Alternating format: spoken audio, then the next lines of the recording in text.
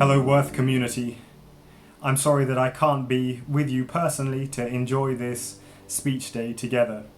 I first visited Worth Abbey about 5 years ago. I find it a place of peace, where I gain perspective, and I value my friendship with many of the monks. It's been a joy to come and give a number of talks in the school, and I've always appreciated the warm welcome from pupils and staff. I founded Justice Defenders. Our work is to defend justice with defenceless communities through legal education, training and practice. We're a community of about 300 prisoner and prison officer paralegals of 37 prisons in Uganda and Kenya, working alongside lawyers and legal academics to get fair hearings for those who don't have access to lawyers. By 2030, we hope to help 1 million unrepresented people access fair hearings. Last year, we worked on 10,000 cases, resulting in 5,000 people being released from prisons by the courts. I know that this must be a very uncertain time for you as you go through your studies or you plan for your future. It's also a challenging time to be in prison. Our work at the moment is to keep prisoners and prison officers alive by providing prisons with soap and sanitizer and sanitary pads. We work in prisons which are massively overcrowded. 2-meter radius might have 6, 8, 10, a dozen people living in it. We're working to decongest prisons by paying fines for minor non-violent offenders who are fined 50, 100, 200 pounds, and if they can't pay, can be in prison for many months or years. We're especially working to get pregnant women, mothers and children, the sick and the elderly out of prisons at this time. And we're working to keep the wheels of justice turning through facilitating online courts. I love these photos of Susan, who spent 5 years at Machakos prison in Kenya waiting for her trial. Here you see the judge giving her her not guilty verdict. And in this video you see her response. In the background you can hear the tears, the sobs of our prison officer paralegals, and you can see the joy as they embrace her as she celebrates the fact that she will be free. We have a community of about 50 prisoners and prison officers who are studying for University of London law degrees by correspondence. 22 of our students have graduated so far. Ruth was arrested a few years after leaving secondary school and was recently sentenced to death. From death row in Kenya, she's studying for her University of London exams.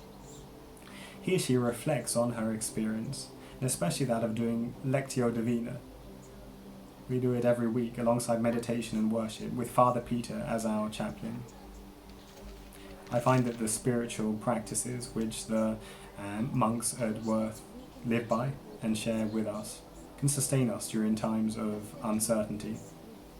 I feel that during this moment when it feels like the future is hard to predict, is a powerful reminder that actually none of us controls the future, but that our values can guide us whatever situation we face. My uncle died of coronavirus a few weeks ago. My wife's expecting a baby in July, but we're not sure where she'll give birth or where we'll be living then. I know the Worth community is grieving for Father Bede and the fact that he can't have a funeral in the way that would have been planned, and that only a few people will be able to attend his burial.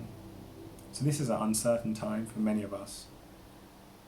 However, I believe this is a time when those of us who've received incredible educations, those of us who've received tremendous privilege, can offer love and kindness and courage and generosity and compassion to others.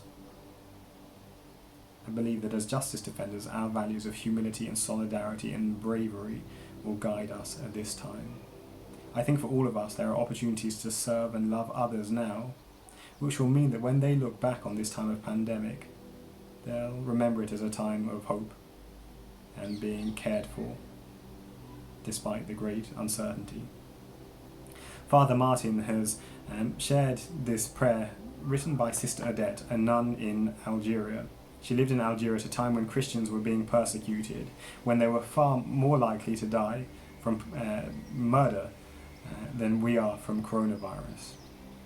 Sister Odette was murdered, and on her body when she died was this prayer.